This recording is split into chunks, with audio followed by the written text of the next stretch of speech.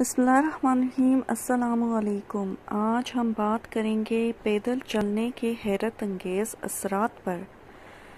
अगर आप 3 मिनट पैदल चल लेते हैं तो इससे आपके ब्लड प्रेशर में कमी होती है।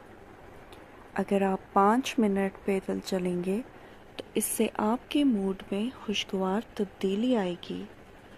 अगर 5 से 10 मिनट की चहलकदमी की जाए तो इससे तख्लीकी सोच बेदार होती है, यानी आप ज़्यादा क्रिएटिव हो जाते हैं। अगर आप 15 मिनट खाने के बाद चलेंगे तो इससे खून में शुगर मतवाज़न रहेगी।